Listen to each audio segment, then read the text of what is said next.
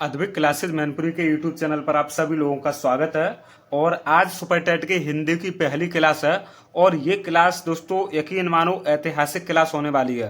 क्यों? क्योंकि आज हम सिर्फ हिंदी की क्लास नहीं करेंगे, इसमें आपको पूरा रोड मैप समझा देंगे कि आपको सुपर टेट की तैयारी किस तरीके से करनी है और किस तरीके से आपके सुपर टेट में 120 नंबर आ सकते हैं, जिससे कि आपको कोई बाहर करने वाला ना हो, आपका सिलेक्शन कंफर्म हो जाए। क्योंकि अगर हम 100, 105, 108 नंबर तक लाते हैं तो कहीं ना कहीं संशय बना रहेगा कि हमारा होगा या नहीं होगा, बल्कि 100 नंबर लाने भी मुश्किल होते हैं। ऐसे समय में आपको 120 नंबर की तैयारी करनी है। और दोस्तों मैं पूरी तरीके से आश्वस्त हूं कि ये क्लास देखने वाले और ये जो रणनीति सुनेंगे, जो ये स्ट्रेटजी सुनेंगे बच्चे, वो 120 नंबर ला सकते हैं। क्योंकि हमने देखा कि सुपर टेट 69,000 और 68,500 में 125 128 नंबर लेके आए हैं बच्चे। तो आज की ये जो क्लास है ना, ये बहुत इंपॉर्टेंट है। क्यों? मैं पहले ही बता देता हूं। आज हमने वर्णमाला को, जो वर्णमाला है, इसको बेसिक से कवर किया है और इतने हाई लेवल तक लेकर गया हूं कि यहां से आपका कोई भी क्वेश्चन छूटेगा नहीं।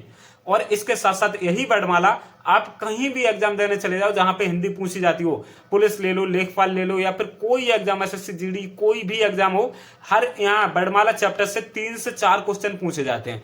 और अब ये मैंने देखो लिखा है, मैं कई बार वर्णमाला को लिख चुका हूँ बहुत सारी नोटबुक्स में, लेकिन ये आज हमने फ्रेश लिखा है आपके लिए, क्योंकि ये हम नई नोटबुक भी लेके आए हैं आप लोगों के लिए सुपर टेट पढ़ाने के लिए। ये इतने पेज हैं वर्णमाला के, यहाँ पे खत्म हो जाएगी।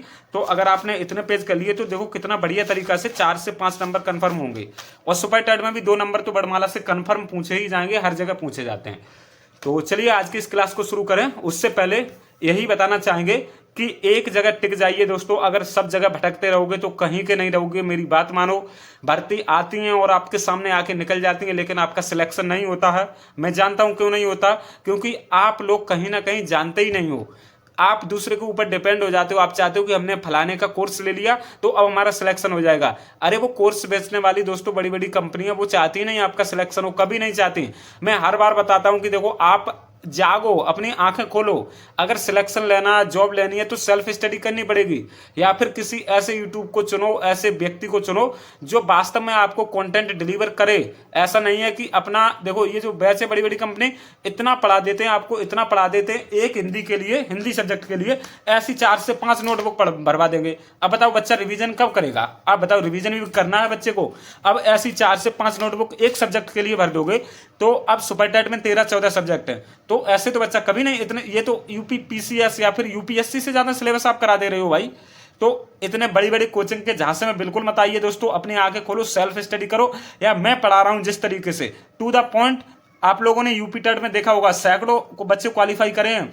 अब हम देखो, बहुत से लोग नहीं जानते, अब हम क्या करेंगे, जो कम्युनिटी पोस्ट होता उनमें बच्चों के रिव्यू डाल देंगे। जो बच्चे मैसेज कर रहे हैं ना हमारे पास, उनमें डाल देंगे, तब आप मान लेना 15 दिन की पढ़ाई में सैकड़ों बच्चे क्वालिफाई हो गए थे यूपी टेट में, क्योंकि उन्हें जो हमने नोट्स दिए थे तो बहुत उनको हेल्प मिली। बाकी अब हम सुपर टेट में भी आपके लिए ऐसा ही कर रहे हैं। और ये देखो, बड़ी बड़ी जो नोटबुक रखी है, हिंदी को इससे पढ़ाएंगे, संस्कृत यहाँ से बाहर जाता ही नहीं है, नहीं जाता। देखो, मैथ के लिए काम करना पड़ेगा। अगर आप चाहते हो मैथ नहीं करोगे तो सुपर टेट में सिलेक्शन नहीं होगा। मैं सीधी सी बात बोलता हूं, मैं थोड़ी कड़वी बात बोलता हूं, हो सकता है आपको बुरी लग जाए। मैथ के बिना सिलेक्शन नहीं होगा, मैथ लगाना पड़ेगा, अच्छे लेवल का आता इस तरीके से। ये हिंदी की है, ऐसे नोट्स आपको इकट्ठे करने पड़ेंगे, ऐसे नोट्स, ऐसे। ये देखो साइंस का, तो ऐसे नोट्स करोगे तभी सिलेक्शन होगा, मेहनत करोगे तो। चलो अब हम आज की क्लास शुरू करते हैं, फिर बाद में आपको समझाते हैं कुछ, क्योंकि हम जानते हैं आप लोग बहुत परेशान हैं, कोचिंग के चक्कर में रहते हैं। और कोचिंग वाले क्या करते हैं, आपको कुछ नहीं मिलता है, एंड में पूरा बैच चला जाता है और लास्ट में सिलेक्शन भी नहीं होता।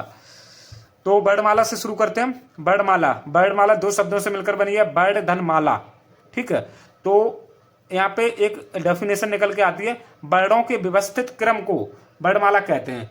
एक और इसकी डेफिनेशन है, वर्णों के व्यवस्थित समूह को, यहाँ पे समूह भी लिख लीजिए, वर्णों के व्यवस्थित समूह को वर्णमाला कहते हैं। और ये डेफिनेशन आ सकती है, याद कर लो।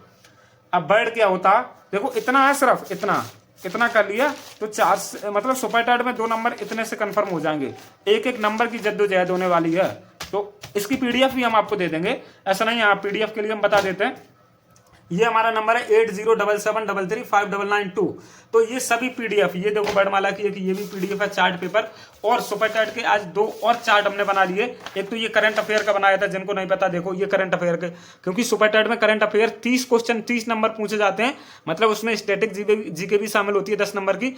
और अगर हम सिर्फ करंट पूछे तो सिर्फ 20 नंबर का करंट आता। तो बताओ करंट के लिए तैयारी जरूरी है या नहीं? तो ये करंट की पीडीएफ हमने बनाई। और ये जीवन कौशल की पीडीएफ बनाई थी। जीवन कौशल में सिर्फ 5 से 6 टॉपिक छोटे छोटे पढ़ने और 10 नंबर कंफर्म हो जाएंगे। तो हमें दिमाग से काम करना, मतलब ऐसा नहीं है कि गधों की तरीके से लग जाए, दिमाग से करेंगे और अच्छे से अच्छा नंबर हमारा स्कोर हो जाए। क्यों? क्योंकि देखो मैं बता देता हूं, सीडीपी में सिर्फ 6 टॉपिक हैं आपके बाल विकास में। टैट की तरह सीडीपी मत पढ़ना। प्लस शिक्षण कौशल यहाँ पे 8 टॉपिक हैं। और बता देते हैं 1 मिनट जिनको नहीं पता, प्लस जीवन कौशल ये 30 नंबर का पार्ट है ये। और यकीन मानो यहाँ पे बड़े आराम से आप 25 प्लस स्कोर कर लोगे। यहाँ पे ये टफ पार्ट नहीं है। Current affair plus static GK इसी में शामिल है। स्टैटिक जीके इसी में शामिल है। ये भी 30 नंबर का पार्ट है। बताओ बच्चे तैयारी नहीं कर पाते, क्यों नहीं कर पाते? क्योंकि उनके पास एनालिसिस नहीं है, स्ट्रेटजी नहीं है कोई। अब मैं 4 क्लासेस डेली ले रहा हूँ सुपर टैट की आपकी। एक तो सीडीपी की ले रहा हूँ, एक करंट अफेयर की ले रहा हूँ, एक हिंदी की ये क्लास है, और एक मैथ्स की। 1 मिनट रुकिए। तो हिंदी 20 नंबर की आएगी, मैथ भी 20 नंबर की आएगी। तो सिर्फ 4 टॉपिक से आपको 100 नंबर मिलने वाले हैं। और सीडीपी, करंट अफेयर और ये हिंदी हम 1 महीने में खत्म कर देंगे। इतना हाई लेवल कर देंगे आपका कि यहां से आपके क्वेश्चन नहीं छूटेंगे। बाकी मैथ तो जब तक कोर्स है तब तक चलेगा, करीब 2 से 2.5 महीने मैथ चलेगा, क्योंकि मैथ बड़ा टॉपिक होता है। मैथ की डेली क्लास चलेगी।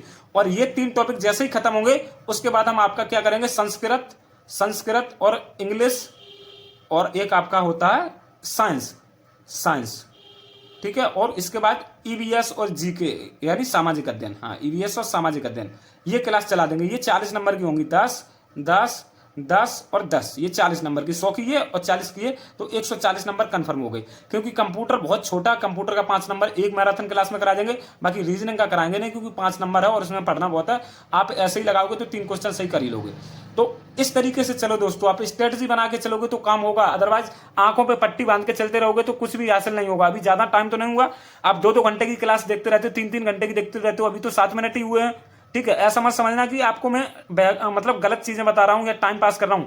मैं बिल्कुल भी टाइम स्पेंड नहीं करता। यहाँ पे बच्चे जो भी पढ़ते हैं, यूपी टेट वाले बच्चों से पूछ लेना, to the point authentic study कराते हैं। ऐसा कुछ नहीं है कि 1 घंटे गुड मॉर्निंग चल रहा है और हाय बाय चल रहा है, ऐसा कुछ नहीं है। इसलिए रिकॉर्ड क्लास है। अगर जो बच्चे पढ़ने वाले होंगे तो वो लाइव क्लास लेते और नहीं होंगे, इतना समझ लीजिए। क्योंकि रिकॉर्ड क्लासेस में कंटेंट मिलता अच्छा, अदरवाइज लाइव क्लासेस में तो हाय बाय और hi hello good morning good night ही चलता रहता। ध्यान दो क्या बता रहा हूं मैं। 30 नंबर का ये पार्ट मैं आपका 1 महीने में करा दूंगा। करंट अफेयर वाला पार्ट भी 1 महीने में करा दूंगा मैं। अभी ये जो 6 जुलाई है ना, आज आपकी 7 जुलाई, 7 अगस्त तक हो जाएगा। और हिंदी भी आपकी मैं करा दूंगा, क्योंकि एक क्लास में मैंने वर्णमाला जैसा टॉपिक खत्म कर दिया। 30 क्लास लेंगे, 30 क्लास में हिंदी में आप इतने बढ़िया बन जाओगे, मेरा यकीन करो 20 में से 18-19 क्वेश्चन करने लगोगे। हिंदी इतनी टफ है ही नहीं, हिंदी बहुत सरल है, यकीन मानो मेरा। सीडीपी भी बहुत सरल है। और जिन लोगों को नहीं पता उनको मैं बता दूं, क्योंकि हो सकता है कई लोग आज पहली बार आए हों। तो ये देखो हमारे कुछ स्कोर कार्ड हैं। ये हमने कुल मिला के टेट के सभी 11 एग्जाम्स को क्वालिफाई किया, जहां पे हमारा बेस्ट स्कोर 127 नंबर का 150 में से। REET, MP TET, UP TET, C TET सबको क्वालिफाई किया, जूनियर को भी किया है। ये हमारा पहला सी टेट था 2019 में, जब फर्स्ट टाइम दिया था तो जूनियर भरा नहीं था, सिर्फ प्राइमरी भरा था। 103 मार्क्स आए थे इसमें। और देखो मैं दिखा देता हूँ, यूपी टेट का 116 नंबर, ये अभी का नहीं है, 2021 का, 5 से 6 साल पुराना। ये सी टेट 120 नंबर देखिए। ये आपका रीट 127 नंबर देखिए, क्योंकि कई बच्चे होते हैं। ये एमपी टेट 108 नंबर, यहाँ पे तो नेगेटिव मार्किंग भी होती है। 93 इसमें है, जूनियर में 101 है। ये अपर प्राइमरी का यूपी टेट, ये सब क्वालिफाई है। तो दोस्तों इसीलिए बता रहे हैं कि अगर आप सही से पढ़ोगे, दिमाग लगा के, टू द पॉइंट, मतलब बुक्स से पढ़ोगे और ऐसी जगह पढ़ोगे जहां वास्तव में पढ़ाई होती हो, तो बड़ा अच्छा हो जाएगा आपका पेपर। मैं तो यही चाहता हूं आप सब लोगों को। वैसे भी जॉब आती नहीं है, वैकेंसी आती नहीं, इस बार आ रही है, तो अपनी एक ऐसी स्ट्रेटजी बनाओ जहां से आपका सिलेक्शन हो जाए। घबराना मत दोस्तों, अभी सिर्फ 9 ही मिनट हुए हैं। हम जानते हैं कि आप लोग 6-6 घंटे क्लास देख लेते हो, और मैं सिर्फ आपको समझा रहा हूं क्या कि इन सब्जेक्ट पे काम करो। ये सब्जेक्ट 30-30 और 20-20, मैं ये नहीं कह रहा आप सिर्फ हमसे पढ़ो, आप कहीं भी पढ़ सकते हो। इन सब्जेक्ट पे काम करो, आपका सिलेक्शन जरूरी है। ये 100 नंबर के सब्जेक्ट हैं, ये चीजें बाद में देखना। क्योंकि लोग क्या करते हैं, अब लोग क्या करते हैं, मैं बता ही देता हूं। ईवीएस प्लस सामाजिक अध्ययन, एक चीज मैं बता देता हूं, सामाजिक अध्ययन। अब इस सामाजिक अध्ययन में क्या क्या पता, हिस्ट्री है, पॉलिटी है, इकोनॉमी है, जियोग्राफी है और सब चीजें हैं। तो ये जबकि ये टोटल पार्ट कितने नंबर का, सिर्फ 10 नंबर का। अब 10 नंबर में अगर ईवीएस लिखा है स्पेशल तो 4 से 5 नंबर तो पूछेगा ना, चलो 4 मान लेते ईवीएस के 4। अब यहाँ पे 4 आपको सब्जेक्ट पूरे पढ़ने हैं, तब नंबर कितने मिलेंगे, सिर्फ 6 नंबर। अब इसमें लोग पढ़े हैं हिस्ट्री, पॉलिटी, इकोनॉमी, जियोग्राफी में लोग पढ़ने में पढ़े हैं, इंग्लिश में पढ़ने पड़े, साइंस में। अरे भाई पहले अपना ये 100 नंबर का कंप्लीट करो, ये छोटा पार्ट है, ये कोई ज्यादा बड़ा नहीं। मैथ तो हमेशा चलता ही रहेगा, मैथ ये बड़ा मैं मानता हूं, लेकिन हिंदी इतना बड़ा नहीं है, हिंदी में अच्छे हो जाते हैं। करंट अफेयर का क्या करूंगा मैं, देखो ये करंट अफेयर की एक हमने ये बनाई है, इसमें 50 क्वेश्चन है इस चार्ट में। देखो ऐसी चार्ट में बनाता हूँ बड़ी बड़ी, और ऐसी अगर 20 चार्ट बना देंगे तो 1000 क्वेश्चन हो जाएंगे। अब बताओ 1000 क्वेश्चन से कोई बाहर जाएगा, नहीं जाएगा। 20 चार्ट में अगले 20 दिन में बना दूंगा, ये आज बनाई है तो 20 दिन में 1000 क्वेश्चन हो गए, मान लेते हैं चलो छूट गया कभी, तो 30 दिन में 1000 हो जाएंगे, वहां से बाहर जाएगा ही नहीं, तो करंट अफेयर खत्म हो जाएगा। सीडीपी, शिक्षण कौशल और जीवन कौशल, जीवन कौशल में सिर्फ 6 चैप्टर हैं, और अगर आप पढ़ने वाले हैं तो आपको याद होने चाहिए। क्या जीवन कौशल में, एक जीवन कौशल नाम का जीवन कौशल पहला चैप्टर है, ठीक है। दूसरा है मानवीय एवं सैद्धांतिक मूल और व्यवसायिक एवं नैतिक आचरण, और एक है आपका शिक्षक की भूमिका, और एक है दंड एवं पुरस्कार व्यवस्था का प्रभावी प्रयोग, और एक है अभिप्रेरणा। इस तरीके से ये 6 चैप्टर हैं। अब कहोगे आप कि हमें तो याद नहीं, अब याद क्या होंगे जब आप पढ़ते ही नहीं हो, देखते ही नहीं हो सिलेबस।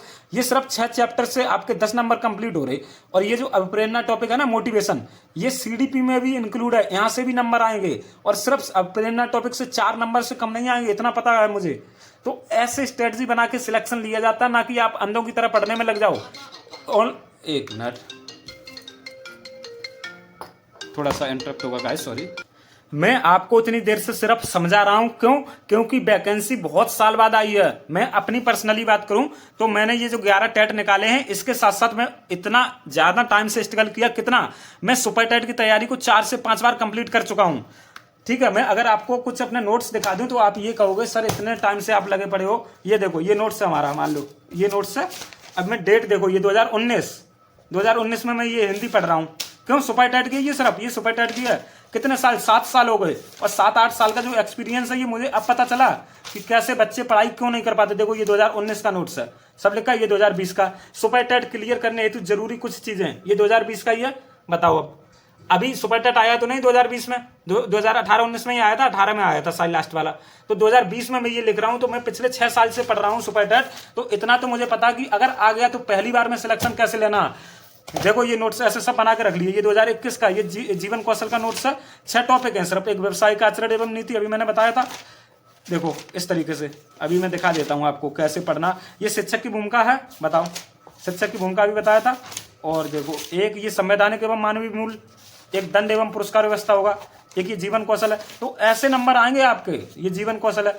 अगर आप कैसे भी मुंह उठा के पढ़ने लगोगे तो यकीन मानो उतनी बढ़िया चीजें नहीं रहेंगी, और भर्ती आएगी और भर्ती निकल जाएगी, आप रह जाओगे। मैं हर बार बोलता हूँ किताबों से पढ़ो। ये मैं 2018-19 में किताब ले आया था ये, ठीक है। एक मैं ये किताब लाया, 700 रुपए की ये किताब है, मान लो, और थोड़ी सी डिस्काउंट मिला था, 650 करीब की है। तो ऐसी 800 पेज की ऐसी किताबें पढ़ोगे आप, तभी चीजें बदलती हैं। मेहनत करनी पड़ेगी। मैं सिर्फ इसलिए कह रहा हूँ कि मेहनत करो, मेहनत के बिना कुछ नहीं है इस दुनिया में, मेहनत का कोई विकल्प भी नहीं है। चलो अब सब चीजें खत्म करते हैं, अब हम अपनी पढ़ाई शुरू करते हैं। एक चीज बता देते हैं, अगर आपको हमारे साथ जुड़ना तो 80 77 33 59 92 ये नंबर है। और इसमें अभी शायद 65+ स्टूडेंट हो गए हैं। तो सिर्फ 100 स्टूडेंट के लिए इसकी जो फीस है वो मात्र 500 रुपए है। इस 500 रुपए में हम क्या करेंगे, आपको हैंड रिटन नोट्स भी देंगे। ये सब इनकी स्कैनिंग हो जाए कंप्लीट, ये सब नोट्स हम आपको दे देंगे। ये handwritten notes super TET के हैं। और इसके अलावा जो भी चार्ट पेपर बनाएंगे, ऐसी चार्ट हम बनाते हैं, बहुत इंपॉर्टेंट चार्ट आती हैं, जो सीधे सीधे क्वेश्चन यहाँ से आते हैं, जो यूपी टेट में बहुत सारे आए थे। तो ऐसा चार्ट नोट्स भी देंगे आपको, हैंड रिटन नोट्स देंगे, चार्ट नोट्स देंगे, और इसी के साथ क्लासेज भी देंगे, वीडियो क्लासेज भी देंगे, जितनी पॉसिबल हो सकेंगे। सभी सब्जेक्ट आपको पढ़ाएंगे। तो सिर्फ 500 रुपए का ये अभी बैच है, इसके बाद 1000 का हो जाएगा। क्योंकि जो हम मेहनत कर रहे हैं डेली, ऐसे समझ लो सुबह 5 बजे से रात के 1 बज जाता, 12-1 बज जाता, तब हम इस कमरे से निकलते हैं, इस कोचिंग से निकलते हैं, तब हम आपके लिए इतना कर पा रहे हैं। तो इतने मेहनत के लिए कोई 500 रुपए ज्यादा नहीं। तो आप इस नंबर पे कर देना मैसेज, आपको ये बैच मिल जाएगा। 80 77 33 59 92 8077335992। चलिए अब आप सब लोगों का धन्यवाद। अब हम अपनी क्लास शुरू करते हैं, नॉन स्टॉप। चलो। तो वर्णमाला की शुरुआत कर रहे थे, 15 ही मिनट हुए, बहुत ज्यादा मिनट नहीं हुए, इतनी आपके सिलेक्शन के लिए ही हमने बताया। चलो वर्णमाला को 2 शब्दों में तोड़ते हैं, 2 शब्दों के योग से बनती है वर्णमाला। वर्णों के व्यवस्थित क्रम को वर्णमाला कहते हैं, वर्णों के व्यवस्थित समूह को वर्णमाला कहते हैं। क्वेश्चन आ सकता है वर्णों के व्यवस्थित समूह को क्या कहते हैं? वर्णमाला कहते हैं, खत्म। वर्ड क्या होता है? सार्थक ध्वनि के लिखित रूप को वर्ड कहते हैं। क्या? सार्थक ध्वनि। सार्थक का मतलब होता है जिसका कुछ मतलब हो। अभी मैं आपसे बोल दूं कड़वड़ कड़वड़, इसका कोई मतलब हुआ नहीं? हुआ ना। मैं कुछ भी बोल दूं टन टन टन टन टन, इसका कोई मतलब नहीं है। सार्थक ध्वनि होनी चाहिए जिसका कोई मतलब हो, तो उसके लिखित रूप को वर्ड कहते हैं। लिखित रूप को, लिखित रूप मतलब ये जो लिखा है, मौखिक रूप को वर्ड नहीं कहते हैं। जैसे मैं जो बोल रहा हूं ये वर्ड नहीं है। अब एक चीज यहां से एक क्वेश्चन आ सकता है, इसलिए हम बता रहे हैं आपको, ध्यान देना, इन 3 जगह से एक क्वेश्चन आ सकता है और हम सिर्फ वही बताते हैं जहां से बहुत सारे क्वेश्चन आए हैं। ओके, तो अब आप ध्यान से सुनना। भाषा की सबसे छोटी इकाई अगर क्वेश्चन पूछा जाए तो आप बता देना वर्ड होती है। क्वेश्चन आएगा भाषा की सबसे छोटी इकाई क्या है, तो वर्ड बता देना आप। अगर क्वेश्चन आ जाए लिखित भाषा की सबसे छोटी इकाई क्या है, तो भी आप वर्ड बता देना। क्या? वर्ड। और कोई डाउट नहीं है, आप हमारे इस जो क्वेश्चन चीजें होती हैं इस पे डाउट मत करना। क्यों? क्योंकि देखो ऐसी जो बुक्स है ना, ऐसी कई सारी बुक्स से पढ़ के हम बनाते हैं। ये आपकी नालंदा है, ये आपकी लूसेंट की है, इसके साथ साथ आदित्य पब्लिकेशन की ये है, और इसके बाद भी हम चेक करने के लिए यूट्यूब पे भी देखते हैं, कई लोगों की क्लास देखते हैं, कई हमारे पास कोर्सेज हैं उनको भी देखते हैं, क्योंकि जहां से अच्छी चीजें मिले उनको कंपाइल कर लिया करो। तो भाषा की सबसे छोटी इकाई वर्ड होती है। लिखित भाषा की सबसे छोटी इकाई पूछे तो भी वर्ड, और अगर क्वेश्चन आ जाए कि मौखिक भाषा की सबसे छोटी इकाई, तो ध्वनि लगा देना आप। क्या लगा देना? ध्वनि। मौखिक भाषा की सबसे छोटी इकाई ध्वनि, लिखित भाषा की सबसे छोटी इकाई वर्ड, भाषा की सबसे छोटी इकाई वर्ड। मैं चीजों को 2-2 3-3 बार रिपीट करता हूं तभी आगे बढ़ता हूं, क्योंकि हम जानते हैं हमारे यहाँ बच्चे हैं ना, वो कई तो ऐसे हैं, महिलाएं हैं, कामकाजी महिलाएं हैं, घर पे काम करती हैं, बच्चे हैं उनके और खाना पीना बना रही, कहीं ना कहीं उतनी बुद्धि एक्टिव नहीं रहती उनकी। बहुत सारे एज्ड लोग हैं 35-40 साल के, तो उतनी बुद्धि एक्टिव नहीं है इसलिए। और वैसे भी आप सब लोगों को लर्न कराना, मुझे ऐसा नहीं पढ़ते हुए निकल जाए। मेरा यहाँ का मतलब है जितने बच्चे आएंगे सिलेक्शन कराने के लिए दम लगा देंगे पूरी। भाषा की सबसे छोटी सार्थक इकाई का क्वेश्चन आ जाए ना, तो आप शब्द लगा देना। भाषा की सबसे छोटी सार्थक इकाई क्या? शब्द, क्योंकि शब्द ही सार्थक होता है। जैसे मैंने कहा घर, तो घर सार्थक है। अगर मैंने लिख दिया पा, तो ये कोई सार्थक शब्द है? पा तो कुछ नहीं होता ना। देखो अभी यहाँ पे लिखते हैं, ये अपना नोट्स हमेशा रहता है अपने पास जब भी क्लास होती है। मैंने लिख दिया चा का कोई मतलब नहीं हुआ, और मैंने चल लिख दिया, तो ये तो शब्द हो गया, तो ये सार्थक हो गया। ठीक है, ऐसे चीजें चलती हैं। सबसे छोटी होती है ध्वनि, यानी जो मौखिक भाषा की इकाई है ये सबसे छोटी होती है। फिर आता है वर्ड, मतलब लिखित भाषा की इकाई वाली। लेकिन अगर पूछे भाषा की सबसे छोटी इकाई, तो वर्ड ही लगाना आप।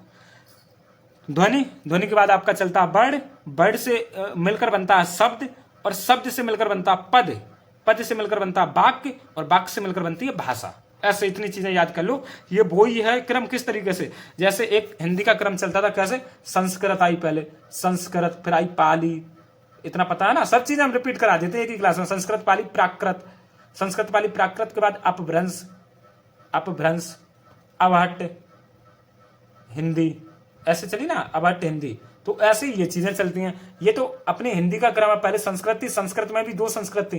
पहले थी वैदिक संस्कृत, फिर उसके बाद आई लौकिक संस्कृत। तो इस तरीके से बाकी हिंदी के लिए आप निश्चिंत रहो। हिंदी सीडीपी वगैरह सब ऐसे पढ़ा देंगे कि आप उंगलियों पर रटोगे।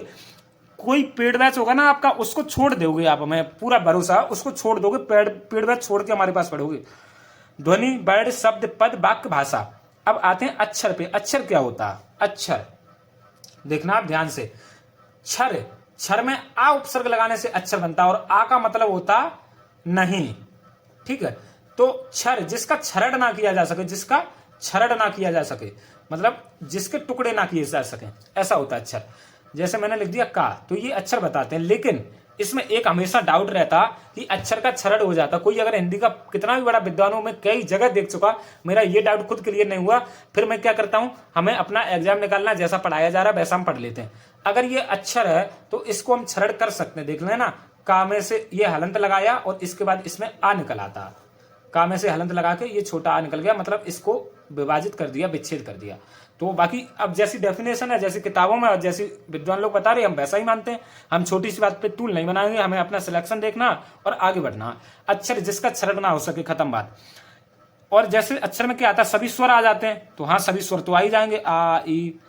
और देखना स्वर सहित व्यंजन भी आ जाते हैं। अगर हम व्यंजन लिख दिया का कबूतर, तो आप ये मत सोचना ये सिर्फ का है, ये का कबूतर के नीचे हलंत लगाने पे इसमें से आ और निकल आएगा, ये है इसका वर्ण विच्छेद है। और इसीलिए आपने देखा होगा पहले कुछ चौपटी आती थी, उसमें वर्णमाला कैसे लिखी होती, का, खा, गा, इस तरीके से हलंत लगा होता था, गा, इंजा है, चा, छा, हलंत लगा होता था। तो ये वर्णमाला शुद्ध थी, क्यों? क्योंकि यहाँ पे ये शुद्ध व्यंजन है, यहाँ पे आपका आ जो है छोटा आ वो इसमें सम्मिलित नहीं है, जबकि आजकल का खा है ना, तो इसमें छोटा आ सम्मिलित होता है।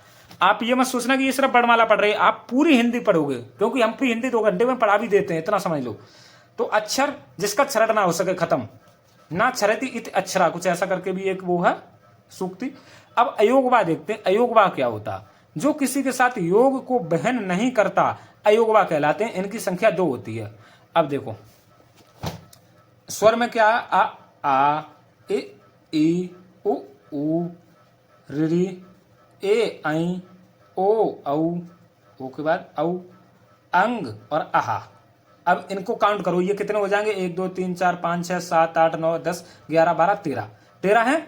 लेकिन अगर स्वरों की संख्या पूछी जाए तो अंग और आहा को हम नहीं जोड़ते हैं, सिर्फ यहां तक जोड़ते हैं 11, 1 2 3 4 5 6 7 8 9 10 11। तो स्वरों की संख्या कितनी है, 11।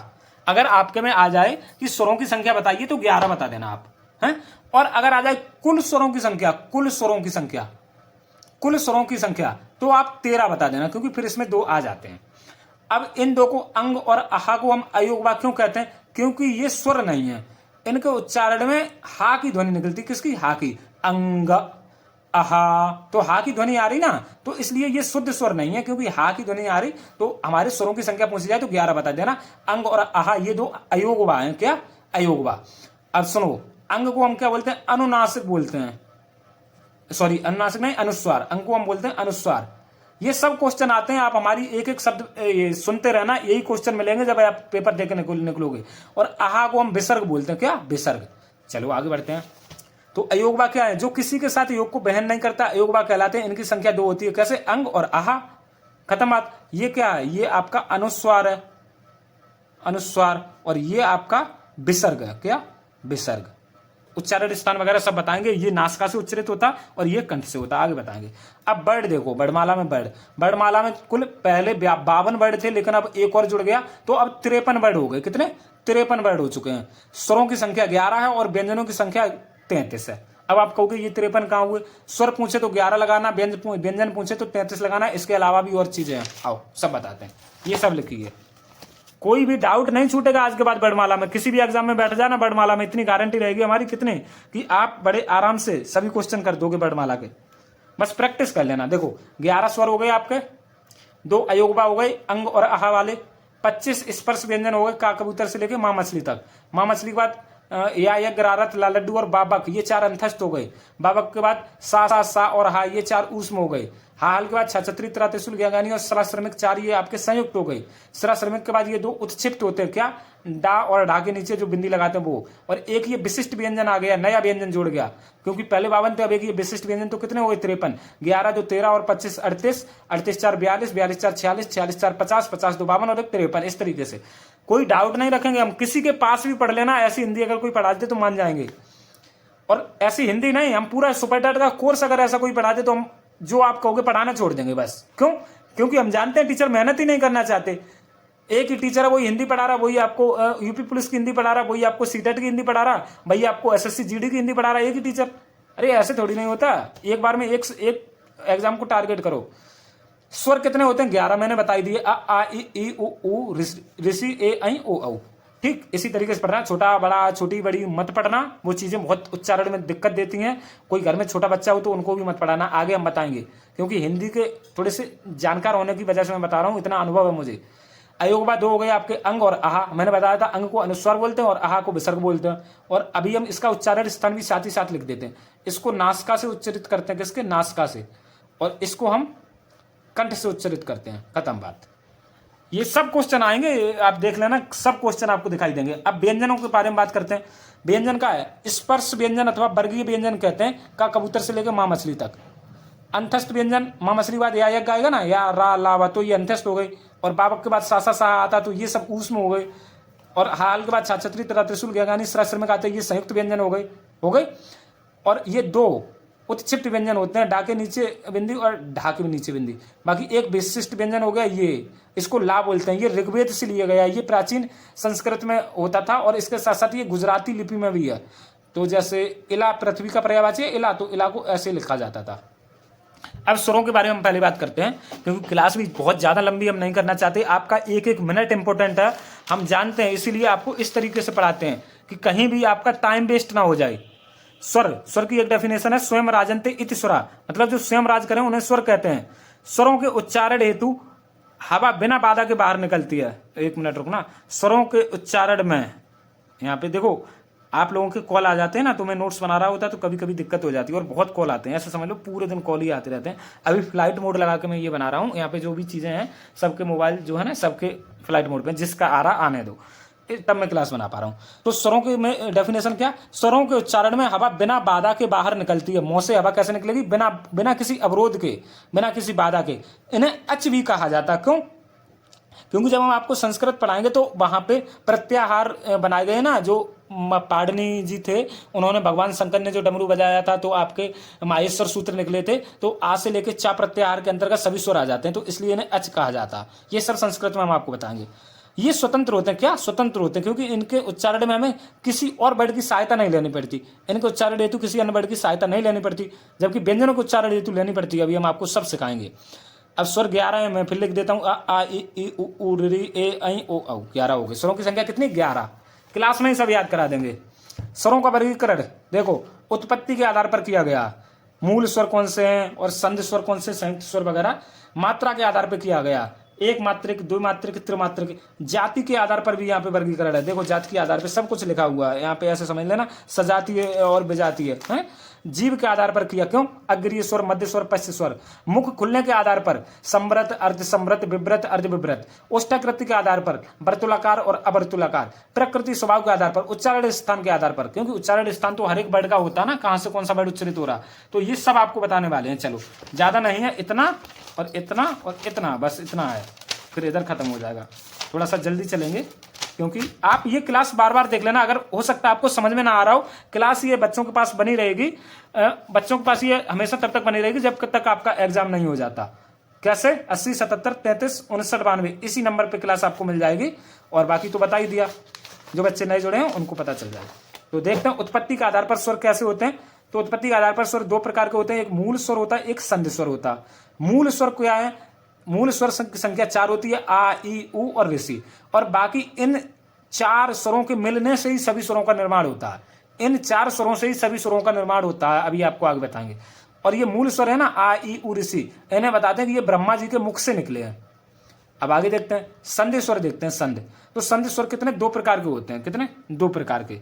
एक होता है दीर्घ स्वर, ठीक है, और एक ये संयुक्त स्वर। तो दीर्घ स्वर में क्या आता है? आ छोटा छोटा, ये 2 छोटा मिलेंगे तो ये बड़ा आ बन जाएगा। छोटी छोटी मिलकर बड़ी बन जाती है, छोटा ऊ मिलकर बड़ा ऊ बन जाता है, और रिरी रिरी मिलकर ये बड़ी रिरी बन जाती है। लेकिन इस रिरी का प्रयोग संस्कृत में होता है। किसमें? संस्कृत में। अपने यहाँ नहीं होता, लेकिन ये रिरी है। अब आगे देखते हैं, संयुक्त स्वर क्या होते हैं? ए ऐ ओ औ। यहां से क्वेश्चन आएगा कि ए का निर्माण किससे होता है? ए का निर्माण आ और ई के मेल से ए बनता है। ऐ किससे बनता? आ तो ये वाला कॉमन है, आ, और ई की जगह ये वाला वर्ड आ जाएगा ए, तो आ और ए के मेल से ऐ बन गया। अब ओ किससे बनेगा? आ और ऊ से ओ बनता है। अब औ कैसे बनेगा? आ तो ये देखो कॉमन ही रहेगा, और ऊ की जगह ये ओ आ जाएगा, जैसा कि यहाँ पे ई की जगह ये वाला ए आया था। तो इसी तरीके से आ और ओ मिलके औ बन जाएगा। आगे बढ़ते हैं। मात्रा के आधार पे 3 तरीके के होते हैं, एक मात्रिक, द्विमात्रिक, त्रिमात्रिक। अगर क्वेश्चन पूछ ले आपसे कि स्वर कितने प्रकार के होते हैं, तो आप 3 लगा देना। क्यों? क्योंकि यही पूछते हैं ह्रस्व स्वर, दीर्घ स्वर और प्लुत स्वर। ठीक, एक मात्रिक, द्विमात्रिक और त्रिमात्रिक। एक मात्रिक स्वर ये होते हैं ह्रस्व स्वर। ह्रस्व मतलब छोटी चीज, तो लघु भी बोल सकते हैं, ह्रस्व, लघु या एक मात्रिक। तो ये 4 वर्ड होते हैं, आ ई उ ऋषि। तो ह्रस्व स्वर की संख्या कितनी? 4। आ ई उ ऋषि, इनको एक मात्रिक भी कहते हैं। क्यों? क्योंकि इनके उच्चारण में एक मात्रा का समय लगता है। अब एक मात्रा क्या होती है? तो जो पलक झपकती है, नॉर्मल पलक झपकती है आपकी, इसको मात्रा काल कहते हैं। तो एक मात्रा का समय लगता है, इनके उच्चारण में एक मात्रा का समय लगता है, ह्रस्व स्वर कहते हैं, आ ई उ ऋषि। अगला देखते हैं, दीर्घ स्वर। दीर्घ स्वर को हम गुरु स्वर भी कहते हैं, और गुरु स्वर को हम द्विमात्रिक भी कहते हैं। नाम याद कर लो। द्विमात्रिक स्वर है तो इनके उच्चारण में 2 मात्राओं का समय लगेगा। और इनकी संख्या कितनी है, ये सब जो आ ई उ ऋषि 4 निकाल दो, फिर जो 7 बचते हैं वो सब आ बड़ा आ बड़ी ई बड़ा उ, मतलब आ ई उ ए ऐ ओ औ, ठीक, क्योंकि रीत इधर निकल गया था। 3 4 5 6 7 ये हो गए। अब प्लुत स्वर देख लेते हैं, प्लुत स्वर क्या कहलाते हैं। यहाँ पे ये आपका पेज उड़ रहा है, इसकी वजह से ये माइक लगाना पड़ रहा है। आगे देखते हैं प्लुत स्वर, इनके उच्चारण में 3 मात्राओं का समय लगता है, इसलिए इन्हें त्रिमात्रिक स्वर भी कहते हैं। और जैसे ओम, जैसे आप किसी का उच्चारण करोगे ओम, सुनो, जैसे किसी कहोगे, किसी को बुलाओगे तो करोगे अरे, तो इसमें 3 मात्राओं का समय लग रहा है, इसलिए प्लुत कहते हैं। आगे बढ़ते हैं जल्दी जल्दी। जीव की क्रियाशीलता के आधार पर स्वर कितने होते हैं, मैं फिर बताऊंगा, क्योंकि चीजें बहुत सारी हैं, इसमें हो सकता है आपको ऐसा लगे कि सब मिक्स हो रहा। आप 2 बार क्लास देखना, 3 बार क्लास देखना, इसकी पीडीएफ आपको मिली जाएगी, आप रिवाइज करना, क्योंकि यहां से हर बार अगर इतना ही सरल टॉपिक होता तो भाई यहां से यूपीएससी में भी क्वेश्चन बनते हैं इस एक टॉपिक से, वर्णमाला से। पीसीएस में चले जाओ, यूपीएससी में चले जाओ, कितने भी बड़ा एग्जाम हो, यही क्वेश्चन बनते हैं। और ये मुझे पता है, क्योंकि मैंने ये सब चीजें चेक करी। ये सिविल सेवा देखो, ये तो कर नहीं है, ये जीएस है, तो सिविल सेवा में भी जाओगे तो वर्णमाला आती है और यही चीजें आती हैं, तो थोड़ी सी कठिन है, इसलिए आप 2 से 3 बार वीडियो देखना, आप बस सुनते रहो। जीव की क्रियाशीलता के आधार पर स्वरों के प्रकार 3 होते हैं, एक अग्रीय स्वर होता है, एक मध्य स्वर होता है, एक पश्च स्वर होता है। अग्रीय स्वर के अंतर्गत 5 स्वर होते हैं, ई ए ऐ और री। और मध्य स्वर होता है सिर्फ छोटा, और पश्च स्वर होता आ उ ओ औ। यहाँ पे आप कहीं ना कहीं देखोगे तो 3 बन रहा है, 3। जब आ बनाओगे तो 3 बनाओगे, उ में भी 3 बनाओगे, ओ में भी 3 बनाओगे, बाकी छोटा अगर निकाल दो तो जो 3 बन रहा है वो सब यहाँ पे पश्चिम में डाल देना। अग्रीय तो ई ए ऐ डाल देना और री डाल देना। तो ऐसे याद करो, अग्रीय, मध्य और पश्चिम पूछे जाते हैं। आप नहीं मानते तो आपको ये एग्जाम लगा लेना, उसमें देख लेना। मुख खुलने के आधार पर स्वरों के प्रकार 4 होते हैं, और ये तो कई बार पूछे गए, और बड़े बड़े जो खिलाड़ी होते हैं ना, बड़े बड़े पढ़ाकू, वो भी यहाँ पे गलत कर लेते हैं क्वेश्चन, क्योंकि ये याद ही नहीं होते, कंफ्यूजन ही हो जाता। अब समृत स्वर होते हैं, अर्ध समृत होता है, विव्रत होते हैं, अर्ध विव्रत होता है, मुख खुलने के आधार पर। समृत स्वर मुख लगभग बंद रहता है, इनको बोलने में मुख लगभग बंद रहता, और अर्ध समृत स्वर तो इसमें आधा बंद रहेगा मुख। विव्रत स्वर तो इसमें मुख खुला रहता है, और अर्ध विव्रत में आधा खुला रहता। कोई ट्रिक नहीं है इसकी, मेहनत करेगा जो वो सिलेक्शन लेगा, और मेहनत यही है। और मैं अगर बताऊं तो ये सब चीजें रटी पड़ी हैं, ये पूरी जो ये है ना आदित्य पब्लिकेशन, ये पूरी रटी है। क्यों? क्योंकि मेहनत करोगे तो सब होगा आपको। फिर आप इस कॉन्फिडेंस के साथ एग्जाम में जाओगे ना, एग्जाम आपका कंफर्म निकलेगा। क्योंकि हमने जो भी दिए एग्जाम, सीटेट और रीट, ये जो दिए, बढ़िया सफलता मिली, 127 नंबर भी आई। और आज की बात नहीं है, ये 2021 के बाद हमने कोई एग्जाम दिया ही नहीं। जो टेट सीटेट जिनकी मैं बात कर रहा हूँ, आप देख लीजिए, ये जो हमारा लास्ट एग्जाम होगा, पहला 2019 का होगा और 2021 देख लो, ये भी 2021 के बाद मैंने दिया ही नहीं। तो ये देख लो, ये रीट वाला भले ही 2022 में दे दिया था, लगभग पिछले 4-5 साल से कुछ नहीं दिया, ये 2020 में ही दिया एमपी टेट। तो उस टाइम की बात कर रहे, अब तो बहुत ज्यादा नॉलेज हो चुकी है 5 सालों से, तब तो लगभग स्टार्टिंग ही था।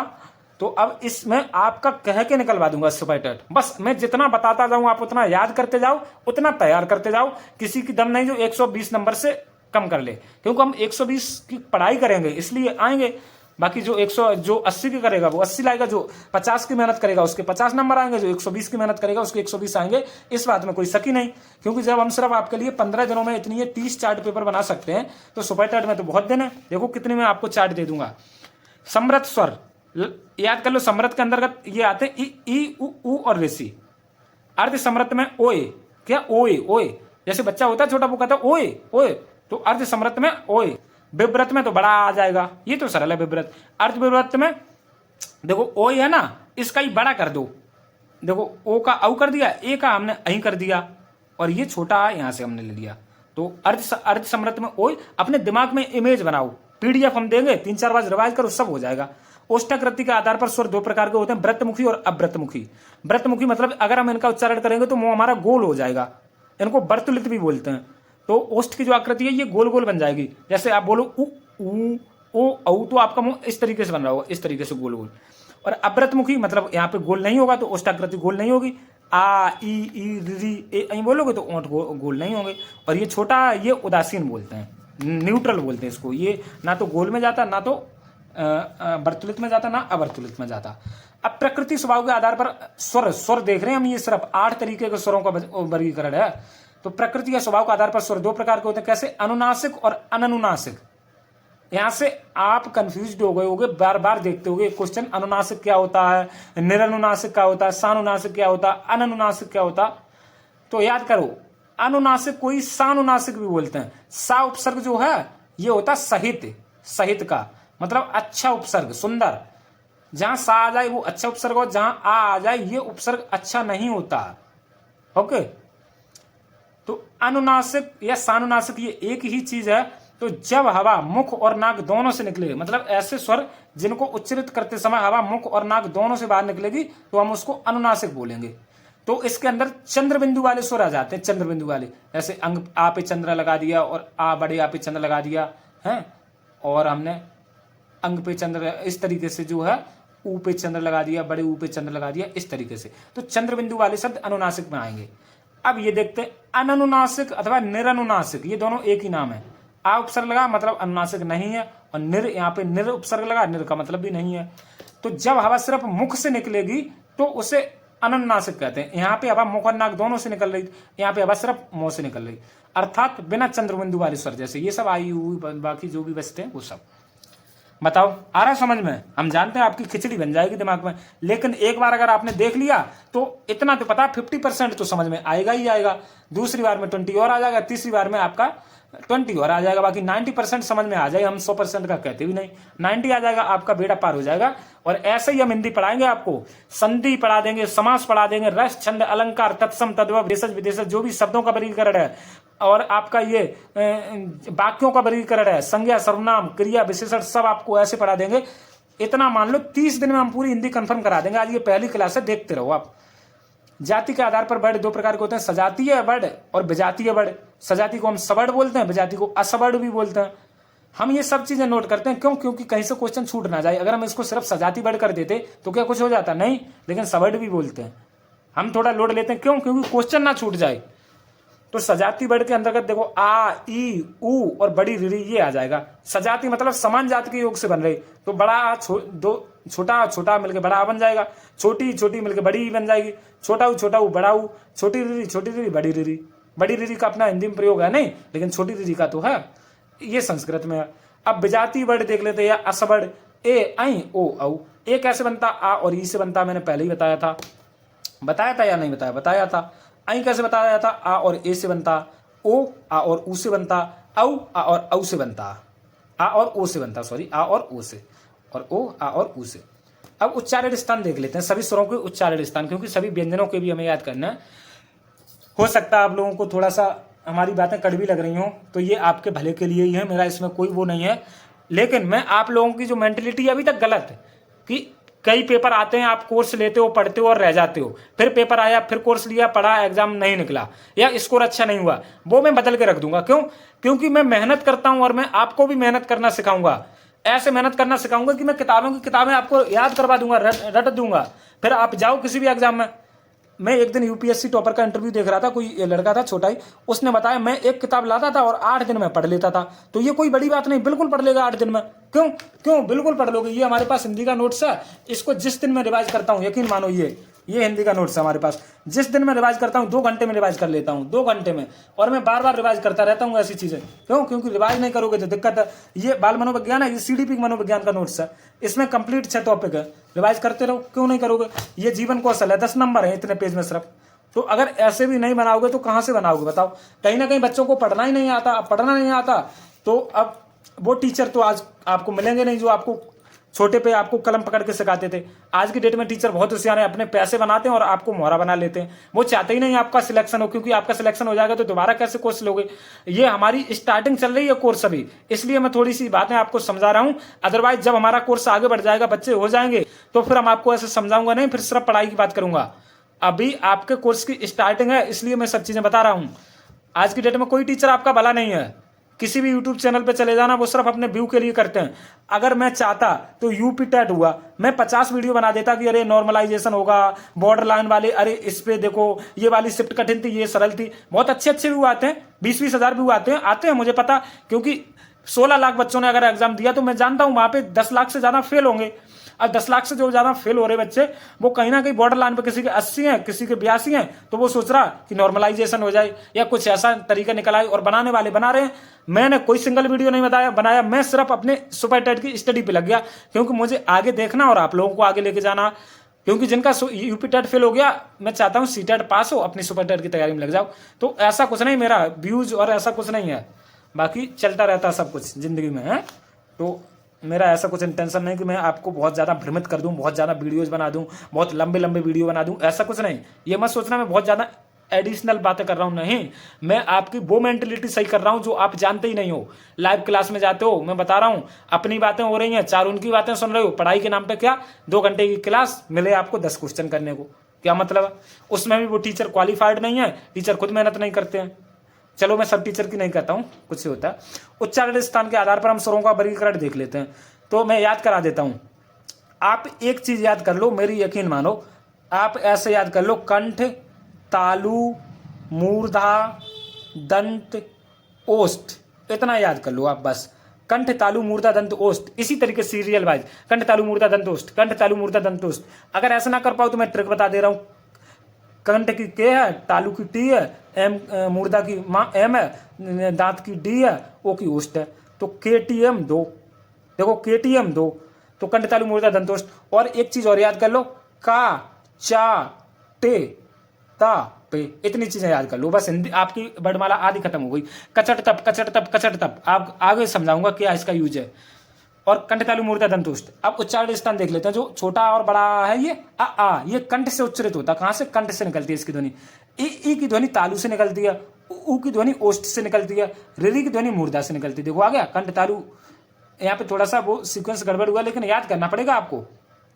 आ कंठ से होता उच्चरित, ई तालु से होती है, ऊ ओष्ठ से होता, री मूर्धा से होता, ए ऐ कंठ तालब से होता उच्चरित। क्यों? क्योंकि मैंने बताया था ए किससे बनता? आ और ई से बताया था। अब आ कहां से होता? कंठ से होता, और ई तालु से होती है। तो अब ये कैसे हुआ? कंठ और तालु से, तो कंठ तालु को मिला के कंठ तालब बन गया। और ओ कंठोष्ठ, कंठोष्ठ कैसे? ओ मैंने किससे बताया था ये बताओ? आ धन ऊ से। अब आ से कंठ हो गया, ऊ ओष्ठ से हो रहा, देखो तो कंठोष्ठ ओ हो गया। अंग नासिका से होता, आहा कंठ से होता। चलो याद कर लो, क्वेश्चन आएगा, स्क्रीनशॉट ले लो। जिन बच्चों ने कोर्स नहीं लिया, PDF नहीं ले पाए, मानते हैं कि अगर उनके पास फाइनेंशियल दिक्कत है, तो आप स्क्रीनशॉट ले लो, ठीक है। हालांकि हमारी मेहनत के आगे जो 500 रुपए का प्राइस है ना, वो बिल्कुल नगण्य है। क्योंकि एक किताब लेने जाओगे, ऐसी किताब, ये 700 रुपए की किताब आई है, 700 रुपए के आसपास की किताब आती है एक। मैं तो सभी सब्जेक्ट की PDF, नोट्स और सब कुछ दे रहा हूँ सिर्फ 500 रुपए में, लेकिन 1000 हो जाएगा इसका कुछ दिन बाद। देखो स्वर खत्म हो गए, अब व्यंजन पे आ गए हम। व्यंजन को हम हल बोलते हैं। हल बोले तो वही माहेश्वर सूत्र में हल प्रत्याहार है, और हल प्रत्याहार के अंतर्गत सभी व्यंजन समाहित हैं। और ये सब चीजें हम आपको संस्कृत में बताएंगे। नोट्स हैं संस्कृत के हमारे पास, ठीक है, कोई बात नहीं। और इस क्लास में हम सिर्फ वर्णमाला पे ही सीमित हैं। वैसे एक ही क्लास में पूरी हिंदी हम बता देते हैं, रस छंद अलंकार जो भी होता, क्योंकि अब हम स्पेशल आपको पढ़ा रहे हैं ना सुपर टेट का, इसलिए वर्णमाला पे ही है। व्यंजन को हम हल कहते हैं, इनका उच्चारण स्वरों की सहायता से होता। अगर व्यंजन पूछा जाए तो क्या कहोगे? व्यंजनों का उच्चारण स्वरों की सहायता से होता। व्यंजनों का उच्चारण स्वतंत्र नहीं होता। जैसे मैंने का लिखा, तो अब कैसे होगा? मैंने उस टाइम बताया था, का के नीचे हलंत लगाओ, अब इसमें से आ निकल आएगा। तो देखो स्वर आ गया इसमें, का बोलोगे तो आ आएगा ही। तो इस तरीके से, जैसे मैंने बोला की, तो इसमें का धन ई होगा, क्योंकि मात्रा लगी है। तो ऐसे ही कोई भी वर्ड मैंने चा लिख दिया, तो ये चा धन आ ऐसे होगा। चा यहाँ पे हलंत लगाओ, चा धन आ। तो समझ गए, व्यंजनों का उच्चारण स्वरों की सहायता से होता। व्यंजनों की संख्या 33 है। क्यों? मूल व्यंजन, अगर व्यंजनों की संख्या आ जाए तो 33 लगाना, क्योंकि मूल व्यंजन 33 ही होते हैं।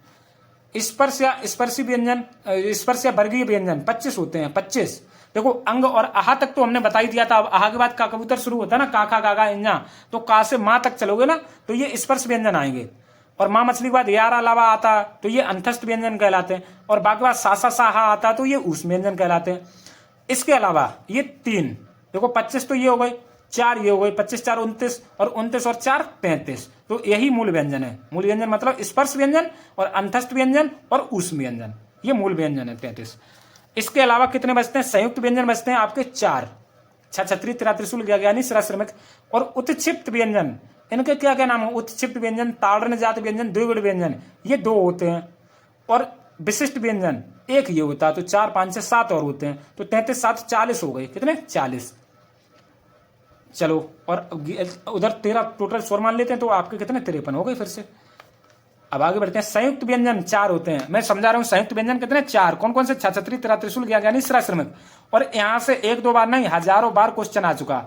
छ छत्री का बड़ विच्छेद करोगे तो क्या होगा? का धन सा, त्रा त्रिशूल का ता धन रा, ज्ञानी का जा धन वहां, श्रा श्रमिक का सा धन रा। या तो इस तरीके से बड़ विच्छेद आएगा, या फिर इस तरीके से भी आ सकता है। क्यों? क्योंकि ये सात षटकोण है ना, तो सात षटकोण से अभी यहाँ पे हलंत लगा के छोटा आ और निकाला जा सकता। तो यहाँ पे का में भी हलंत लगा, सा में भी लगा, छोटा आ निकला, तारा आ। क्योंकि रा में भी हलंत लगा के आ निकाल दिया, वहां में भी हलंत लगा के आ निकाल दिया, और रा में भी हलंत लगा के आ निकाल दिया है। तो यहाँ पे हमने हलंत लगा के आ नहीं निकाला। यहाँ पे दो, या तो ऐसे आएगा या तो ऐसे आएगा। कंफ्यूजन मत करना, क्योंकि मैंने इसलिए बताया ऐसे भी आ जाता, तो आप भूलना मत। अब देखो, ये चीजें तो आपको आनी ही चाहिए। यहां से तो हर बार क्वेश्चन आ जाता, कई बार। एक चीज ऐसे और पूछता है, हिंदी वर्णमाला में का के बाद क्या आता है? तो का के बाद छा छत्री आ जाएगा, ठीक। क्योंकि का के बाद ये सात षटकोण मिल जाएगा, छा छत्री हो जाएगा। ता के बाद त्रा त्रिशूल। अगर पूछे कि जा के बाद क्या आता, तो ज्ञानी बताना, और सा के बाद श्रा श्रमिक बताना। ये चीजें लोग जानते नहीं और वो रह जाते हैं। अब उत्क्षिप्त व्यंजन, ताड़न जात व्यंजन, द्विगुण व्यंजन, ये एक ही तरीके के दो वर्ड होते हैं, उनके नाम है। ये डाडलिया के नीचे नुक्ता लगा दो, मतलब बिंदी लगी, और डाडक्कन के नीचे, इनको उत्क्षिप्त व्यंजन बोलते हैं। क्यों? क्योंकि ये कभी भी बीज, हालांकि जो जीव है ना, जीव लग के झटके से गिरती है, ऐसी वैसी चीजें हम नहीं बताएंगे। सिर्फ ये है कि इनकी संख्या 2 होती है, और ये शब्द के मध्य में या अंत में प्रयोग होते हैं। जैसे मध्य में करूं मैं, सड़क, सड़क लिखा तो ये हो गया डा वाला, और जैसे मैंने लिखा पढ़ना, तो पढ़ना तो ये वाला हो गया, ये वाला। तो ऐसे सड़क और पढ़ना, ये उत्क्षिप्त व्यंजन हो गई। आ रहा आपको समझ में? बिल्कुल आ रहा होगा। लो, इसका भी स्क्रीनशॉट ले लो। ले लिया? विशिष्ट व्यंजन, ये नया व्यंजन जुड़ा है। अब अगर पूछे हिंदी वर्णमाला में वर्ड कितने, तो 53 लगाना, 52 मत लगाना। ये एक नया वर्ड है, इसका उच्चारण ला की तरीके से होता है, ला की तरीके से। ला और डा के बीच का शब्द है। जैसे ऋग्वेद में इला लिखा ना, इला किसका? पृथ्वी का पर्यायवाची है। तो कैसे लिखा गया? ई, और इस तरीके से इला। आगे बढ़ते हैं। स्पर्श व्यंजन या वर्गीय व्यंजन, इनकी संख्या 25 होती है, मैं बता चुका हूं। क्यों? क्योंकि का कबूतर से लेके मां मछली तक 1 2 3 4 5 6 7 8 9 10 इस तरीके से 25 5 होते हैं। 5 दूनी 10, 5 3 15, 5 20, 25 25 इस तरीके से। अब मैं दो चीजें तो याद करवा ही चुका, दो चीजें याद करो। क्या? कंठ, तालु, मूर्धा, दंत, ओष्ठ, इस तरीके से। या KTM 2 कर लो, KTM 2। के का मतलब कंठ, टी का मतलब तालु, एम का मतलब मूर्धा, डी का मतलब दंत, ओ का मतलब ओष्ठ। और एक दूसरी चीज ये याद करो, कचट तप, कचट तप। क्यों? क्योंकि कचट तप, इसको, ये का कबूतर पहले है, तो इस पूरे वर्ग को का वर्ग बोलते हैं, इसको पूरे को चा वर्ग बोलते हैं, इसको पूरे को टा वर्ग बोलते हैं, इसको ता वर्ग बोलते हैं, और इसको पा वर्ग बोलते हैं। समझ में आया? और ये पूरा वर्ग कहां से? कंठ से उच्चरित होता है, ये वाला पूरा तालु से, और ये पूरा वर्ग मूर्धा से, ये पूरा वर्ग दंत से उच्चरित होता, और ये पूरा वर्ग ओष्ठ से उच्चरित होता। अब मैं पूछूं क्या? अगर मैं कहूं दादवात कहां से उच्चरित होगा, तो दादवात दंत से उच्चरित होगा। क्योंकि ये सब वर्ग, ना नल पूछा तो दंत से, ओष्ठ पापतंग मां मछली पूछे तो ओष्ठ से, अगर घाघड़ी पूछे तो कहां से उच्चरित होगा? कंठ से। समझ में आया? और ऐसे याद करो, कचट तप। क्यों? कचट तप ऐसे याद किया जाएगा, तभी आगे चीजें होंगी। क्योंकि का वर्ग, फिर चा वर्ग, फिर टा वर्ग, फिर ता वर्ग, फिर पा वर्ग। और ये याद करो, कंठ, तालु, मूर्धा, दंतोष्ठ। का वर्ग कंठ से होता, चा वर्ग तालु से होता, टा वर्ग मूर्धा से होता, ता वर्ग दंत से होता, पा वर्ग ओष्ठ से उच्चरित होता। उच्चारित जो पहली बार हमारी क्लास पढ़ता है ना, जिसने कभी नहीं देखी होगी, बहुत लो IQ का होगा, वो भी सीख जाएगा। तो बताओ, अब मैं कहूं जा जहाज कहां से उच्चारण किया जाएगा? जा जहाज का तो तालु से किया जाएगा। अड़ा का उच्चारण कहां से होगा? तो मूर्धा से होगा। अब एक चीज और बता देते हैं, ये पहला वर्ग है, ये दूसरा, ये तीसरा, ये चौथा, ये पांचवा। तो पांचवा वर्ग, ये जो 5 अक्षर है, इंजा, वहां, अड़ा और ना और मां, इनको हम नासिक व्यंजन बोलते हैं, पांचों को, अथवा पंचमाक्षर भी बोलते हैं। क्या? पंचमाक्षर। और जो दूसरा वर्ग है, इसके शुरुआत के 4 अक्षर, चा चम्मच, छा छाता, जा जहाज, जा झंडा, ये 4 अक्षर, इनको स्पर्श संघर्षी बोला जाता है। क्या? स्पर्श संघर्षी। कठिन तो है भाई, UPSC में भी आती है, इसलिए थोड़ी सी कठिन है। और कठिन कुछ नहीं है, करत करत अभ्यास जड़मति होत सुजान। अभ्यास करोगे, प्रैक्टिस करोगे, 4 बार क्लास देखोगे, तो ऐसी चीजें तो छोड़ो, आप गणित भी सीख जाओगे। गणित बहुत कठिन समझते हो ना, जब गणित की क्लास लेंगे तो इसी तरीके से सिखाएंगे। बस ये नंबर है, अभी 500 का ऑफर चल रहा है, फिर ये 1000 का हो जाएगा। फिर बहुत बच्चे कहेंगे, क्योंकि यूपी टेट में हमने सिर्फ 100 बच्चों के लिए कोर्स रखा था, और ये 2 दिन में ही पूरे हो गए थे। फिर बाद में बहुत बच्चे आए कि हमें दे दो, तो हम समझौता नहीं कर सकते। क्यों? क्योंकि 100 बच्चों को हमने सिलेक्ट किया था, तो 100 बच्चों से हमें इंटरेक्ट भी करना था, उनसे पूछना भी था कि आपको क्या समझ में आया। इसी तरीके से स्टार्टिंग के 100 बच्चों के लिए 500 का, फिर ये प्राइस 1000 हो जाएगा। पंचमाक्षर या नासिक किनको कहा जाता है, मैंने बताया था ये पंचमाक्षर, ये 5वां अक्षर पे है ना, 1 2 3 4 5, ये सब 5वें पे, इंजा वहां अड़ा नामा, इनको पंचमाक्षर कहते हैं और नासिक बोलते हैं। एक चीज और बताते हैं, बहुत दिक्कत, मतलब सब नहीं बताएंगे, ना नल, इसका उच्चारण स्थान नासिका से भी होता, क्यों? क्योंकि नासिक बोलते हैं, नास का मतलब नाक से भी होगा और दांत से भी होगा, क्योंकि दांत वाले वर्ड में आ रहा ना 5वां, तो दंत नासिक बोलेंगे इसको, क्या? दंत नासिक। मां मछली तो ये ओठ पे है, तो ओष्ठ और नासिक, क्योंकि 5वां इसलिए नासिक। और इंजा तो कंठ नासिक बोलेंगे इसको असल में। तो आया समझ में? इस पर संघर्षी मैंने बता दिया, चा छा जा जा, ये 4 शब्द इस पर संघर्षी है। अब मां मछली तक मैटर खत्म। अब आता का मां मछली के बाद या गरारत लालड्डू बाबक, तो यारा लावा, तो इनको अंतस्थ व्यंजन बोलते हैं, क्यों?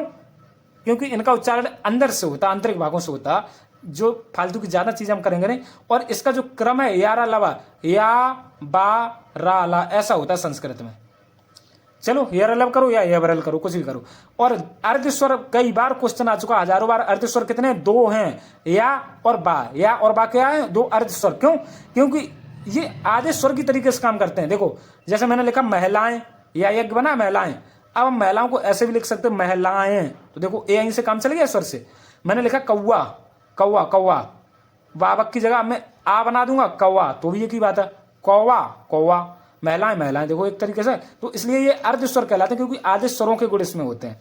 अब एक चीज याद करो बहुत इंपॉर्टेंट, लाल लड्डू को हम पार्श्विक बोलते हैं। अगर पूछ लिया जाए पार्श्विक व्यंजन कौन सा, तो लाल लड्डू। रारत कौन सा? प्रकंपित अथवा लुंठित व्यंजन रारत कहलाता। आगे बढ़ते हैं। अब इतना है बस, इतना और बचा, जल्दी से करते हैं 5-10 मिनट में। अब व्यंजन वर्गों का वर्गीकरण कैसे? स्वरों का तो 8 आधार पर किया गया था, लेकिन व्यंजनों का वर्गीकरण 3 आधार पर है। स्वर तंत्रियों के आधार पर, प्राणवायु के आधार पर और उच्चारण स्थान के आधार पर। ओके, उच्चारण स्थान के आधार पर। तो उच्चारण स्थान तो हर एक वर्ड का देखते हैं, तो यहाँ पे सभी स्वरों का भी, इन व्यंजनों का भी देखेंगे। अब स्वर तंत्रियों के आधार पर कैसे किया गया वो हम करते हैं, बात ज्यादा नहीं है, बस इतना रह गया, थोड़ा सा आप पेशेंस रखिए। स्वर तंत्रियां मतलब घोषत्व के आधार पर, ये आपका एक चैप्टर हिंदी की जान है, क्योंकि यहीं से आप संधि सीखोगे, यहीं से आप समास सीखोगे, सब चीजें यहीं से सीखोगे। स्वर तंत्रियों अथवा घोषत्व के आधार पर 2 तरीके से होता है, एक अघोष होता है, एक सघोष होता है, आपने पढ़ा भी होगा। उच्चारण करते समय स्वर तंत्रियों में जो कंपन होता है, नाद अथवा घोष होता है, उत्पन्न ना हो तो अघोष। आ मैंने बता ही दिया था, आ कहीं पे लगा हो तो उसका मतलब होता नहीं, और सा लगा हो तो उसका मतलब होता हाँ। अब सघोष तो इसमें कंपन होगा, मतलब घोष सघोष में उत्पन्न होगा, अघोष में नहीं होगा, क्योंकि आ का मतलब नहीं होता। अब बताओ, ऐसे कोई नहीं समझाता बच्चों को, और इसीलिए आपको समझ में नहीं आता। तो अघोष देखो, उच्चारण करते समय स्वर तंत्रियों में घोष नाद अथवा उत्पन्न ना हो तो उसको अघोष कहते हैं। और वर्ग का पहला व दूसरा वर्ड, इधर देखो मैं समझाता हूं, वर्ग का पहला व दूसरा वर्ड और ऊष्मी व्यंजन, ये ऊष्मी व्यंजन में सिर्फ सा हा हल छोड़ देना, तो कुल 13 वर्ड अघोष होते हैं। अब कैसे? पहला ये है तो पहला वर्ग और द्वितीय वर्ग, तो 10 हो गए, क्योंकि अघोष कौन कौन से शब्द हैं? अघोष अक्षर पूछे तो कैसे कैसे बताना, ये वाले अघोष हैं और ये वाले अघोष हैं। कचट तप अघोष और खचट तप, ये 10 हो गए। और इसके अलावा 3 ऊष्म व्यंजन, कौन से ऊष्म? यहाँ पे लिखा है, देखो 1 मिनट देखते हैं, ऊष्म कहाँ? ऊष्म ये सा, ये 3 ऊष्म। हा हल नहीं आएगा अघोष, हा हल सघोष में जाता। तो इस तरीके से देखा आपने, कितने 13 शब्द हैं, 13 अक्षर अघोष में जाते हैं। याद करो, अघोष में पहला और दूसरा वर्ड और ऊष्म व्यंजन 3 खत्म। अब सघोष में बचे हुए सब आ जाएंगे, क्यों? क्योंकि पहला दूसरा अघोष में निकल गया, तो तीसरा चौथा पांचवा सघोष हो जाएगा या नहीं हो जाएगा? हो जाएगा। तीसरा चौथा पांचवा सघोष हो गया, और इसके बाद ऊष्म था यहाँ पे, तो अंतस्थ व्यंजन 4 आ जाएंगे सघोष में, ये वाले, और एक हाल रह गया था वो भी इसमें आ जाएगा। तो देखो वर्ग का तीसरा चौथा पांचवा वर्ड आ गया, और सभी स्वर भी इसी में आएंगे, क्योंकि इधर तो सिर्फ पहला दूसरा था ना, तो सभी स्वर इसमें आ गए, और अंतस्थ 4 आ गए, और उत्क्षिप्त व्यंजन जो है ना, उत्क्षिप्त व्यंजन 2 और एक हाहल, इस तरीके से ये 33 हो जाएंगे, क्योंकि तीसरा चौथा पांचवा मतलब 15 तो यहाँ से हो जाएंगे, और 11 ये सुर, तो 15 11 कितने 26 हो गई। 4 अंतस्थ तो 30 हो गई। उत्क्षिप्त दोनों, कौन से उत्क्षिप्त? एक ये वाला उत्क्षिप्त और एक ये उत्क्षिप्त, ये दोनों, तो 30 2 32 और एक हाहल तो 33 हो गई। आइए समझ में? नहीं आएगा अगर एक बार में दोबारा देखना, तिबारा देखना, हम इसकी पीडीएफ दे देंगे, और हम ये पढ़ाते भी रहेंगे, बार बार हमारी क्लास करते रहना, पढ़ते रहोगे। तो अघोष सघोष समझ गए। अब प्राणवायु के आधार पर वर्गों का वर्गीकरण 2 तरीके से होता है, अल्प प्राण और महाप्राण। अल्प प्राण में कौन कौन से आएंगे, मेरी एक ट्रिक है, 135 साल के बुढ़े में अल्प प्राण है। 135 मतलब वर्ग का पहला, तीसरा, पांचवा अल्प प्राण होता है। पहला ये और तीसरा ये और पांचवा ये अल्प प्राण होता। जो दूसरा और चौथा बचेगा ये कौन सा हो जाएगा, महाप्राण। नहीं समझाते हैं ऐसे टीचर, आप लोग समझते नहीं हो इसीलिए नहीं समझते हो। टीचर समझाते ही नहीं, पढ़ाना ही नहीं जानते, अपना आते हैं और अपना निकल जाते हैं। क्यों? क्योंकि उन्हें अपने पैसे से मतलब, बस ऐसे नहीं समझाता कोई। अल्प प्राण की ट्रिक क्या है, 135 साल के बुढ़े में अल्प प्राण है। अल्प प्राण मतलब 1, 3, 5, तो 1, 3, 5 मतलब 15 वर्ड तो वहां से आपके हो गई, पहला, तीसरा और पांचवा, 5 होते ना एक में, तो 15 यहां से हो गई। अब देखो अंतस्थ इसमें आ जाएंगे और सभी स्वर आ जाएंगे और एक उत्क्षिप्त ये वाला आ जाएगा, तो 31 हो जाएंगे। अब आप थोड़ा सा हम जल्दी खत्म करेंगे, क्यों? क्योंकि हम ये दोबारा पढ़ाएंगे आपको। आप हिंदी की हमारी क्लासेस देख लेना, ये हम सब समझा देंगे, सब अपने सब समझाते देते रहेंगे। तो यहाँ पे 31 वर्ड होंगे, कैसे? पर का पहला, तीसरा, पांचवा, तो 15 यहां से हो गए, अंतस्थ 4, 19 और स्वर 11, 30 और एक उत्क्षिप्त ये वाला डडलिया वाला, तो 31। अब महाप्राण कैसे होंगे? अब देखो पहला, तीसरा, पांचवा निकल गया तो दूसरा और चौथा बचा, ये महाप्राण। उधर अंतस्थ निकल गए तो सारे ऊष्म बच जाएंगे, ये महाप्राण। अब देखो, और महाप्राण की हमारे पास ट्रिक भी है, 2-4 लोग महान होते हैं। महान मतलब महाप्राण कितने, 2-4 लोग ही तो होते हैं महान, बस। तो दूसरा और चौथा महाप्राण हो जाएगा। तो वर्ग का दूसरा, चौथा और ऊष्म व्यंजन आपके 4, तो 10 और 4 14 और एक उत्क्षिप्त, एक इधर निकल गया था तो एक बचा इधर, तो 15 हो गए, खत्म। अब उच्चारण स्थान के आधार पर हम देख लेते हैं। 5 तो ये उच्चारण स्थान आपके हो गए, कंठ, तालु, मूर्धा, दंत, ओष्ठ। तो अब कंठ से क्या क्या होता था बताओ? एक ही सूत्र भी होता, अकुहा विसर्ग, और तालब का इचु यस, मूर्धा का ऋतु रस, दंत का तुलस, ओष्ठ का उपव। तो ये हम आपको थोड़ा सा लेट समझाएंगे, क्योंकि अभी क्लास ज्यादा लंबी हो रही है और हम चाहते ही नहीं आप कभी उब जाओ। अभी हम थोड़ा सा समझा देते हैं, बहुत डिटेल में हम आगे क्लास में बताएंगे। कंठ से आपका आ तो होता ही था, मैंने बता भी दिया था, कहाँ यहीं से बता दिया था, देखो कंठ से आ। तो कंठ से आपका आ गया। और का वर्ग भी कंठ से ही होता, ये मैंने बताया, कंठ से का वर्ग, का खा का इंजा। और हा हल भी बताया था। और विसर्ग मतलब ये वाला, तो ये कंठ से उच्चरित होगा। तालब से क्या होता है, ई तो आती है तालब से, और चा वर्ग भी आता। इसके अलावा या यज्ञ और सा घुंडी वाला सा ये और डाल देना तालब में। मूर्धा में क्या क्या आता, देखो मूर्धा में ऋषि मैंने बता ही दिया था, और टा वर्ग भी बता दिया था। अब देखो रस कौन सा, यस यहाँ पे करो, या आप सीक्वेंस वाइज लगो, या यज्ञ रारथ ला लड्डू बाबक, या सा इस तरीके से भी कर सकते हो सीक्वेंस वाइज। बाकी यहाँ पे यस कर लो तालब से, मूर्धा पे रस कर लो, और दंत से लस कर लो, ऐसे मैंने किया है। यस ये वाला, रस ऐसा लिखा अपने दिमाग में, और लस ऐसे लिखा। बाकी मूर्धा से आपके दोनों उत्क्षिप्त भी उच्चरित होते हैं। दंत से तावर्ग होता, ओष्ठ से उ होता ही है, और पावर्ग भी होता है। और बा को हम ओष्ठ भी बोलते हैं, और इसके अलावा बा को हम दंतोष्ठ भी बोलते हैं, दंतोष्ठ है, क्योंकि दांत और ओष्ठ दोनों से उच्चरित होता है। अब आगे देखते हैं। कंठ तालब ए यही होता ही है, मैंने बता दिया था। कंठोष्ठ ओ होता ही है, और दंतोष्ठ मैंने बा बता ही दिया, बा नीचे। और एक नुक्ता वाला फा होता है, ये भी दंतोष्ठ है। अब देखो कंठ से ये वही चीजें हैं सब, तालु से चावर्ग, मूर्धा से ये, दंत से और ओष्ठ से पावर्ग। तो अब हमें आप कमेंट करके बताओ दोस्तों, आपको क्लास कैसी लगी। 1 घंटे में मैंने जो बताया, ये आपको लगा 4 क्वेश्चन अब आपके आएंगे या नहीं। मैं आपकी ऐसी प्रैक्टिस करवा दूंगा कि सुपर टेट में आपके 120 नंबर कहीं नहीं गए। ये सारे नोट्स बने रखे हैं, और आज के नहीं, पिछले 6 सालों से मैं सुपर टेट बना रहा, और मैं सुपर टेट पढ़ा भी रहा हूं। ऐसा नहीं कि मैं सुपर टेट पढ़ा नहीं रहा हूं। ये सब जो नोट्स है ना, लूसेंट तक आपको जीएस के लिए पढ़ा देंगे, लेकिन कितना लिमिटेड, ऐसा नहीं पढ़ाएंगे कि इतना ज्यादा हो जाए आप पढ़ ही ना पाओ। ये सब नोट्स रखे हैं इधर, सब नोट्स ही नोट्स चारों तरफ रखे हैं सब नोट्स। बाकी आपको कोई एग्जाम निकालना तो ऐसी किताबें पढ़ो, कैसी, ऐसी सीटेट निकालना, किताब पढ़ो भाई, किताब का तोड़ कोई नहीं है। किताब नहीं पढ़ सकते तो ऐसा कोई यूट्यूब चैनल देखो जो ऑथेंटिक चीजें पढ़ाता हो, टाइम पास ना करे आपका। इतना गारंटी है कि यहाँ से बच्चे जो पढ़ेंगे वो बाद में अपना पेड बैच छोड़ देंगे। अगर कोई बाद में आएगा और उसने पेड बैच खरीदा होगा ना 3000 रुपए का, अपनी क्लासेस देखने के बाद वो उसको छोड़ देगा पढ़ना, मुझे पूरा यकीन है। अभी सिर्फ 500 का बैच है, बाद में 1000 का होगा, जरूर होगा। और ये नंबर है 80 77 33 59 92। इस पे आप मैसेज कर देना व्हाट्सएप, आपको बैच मिल जाएगा। और इतना कहते हैं कि चैनल को सब्सक्राइब कर लेना, क्योंकि अगर ये चैनल खो गया तो इस चैनल पे हम सिर्फ पढ़ाई नहीं, आपका पूरा व्यक्तित्व बदल के रख देंगे। आप जहां पे भी दिक्कत कर रहे हैं, ये पूरी सब चीजें चेंज कर देंगे। पूरा आपका जो पर्सनैलिटी है, व्यक्तित्व है, वो पूरा बदल देंगे। क्यों? क्योंकि हम जानते हैं आपको कोई गाइड करने वाला नहीं है आज के समय में। खैर अब हम ज्यादा नहीं बोलेंगे क्योंकि क्लास भी बड़ा हो रहा, धीरे धीरे सब सिखा देंगे। 80 77 33 59 92 इस पे व्हाट्सअप कर देना। मात्र 500 में कोर्स ले लो और पढ़ाई शुरू कर दो।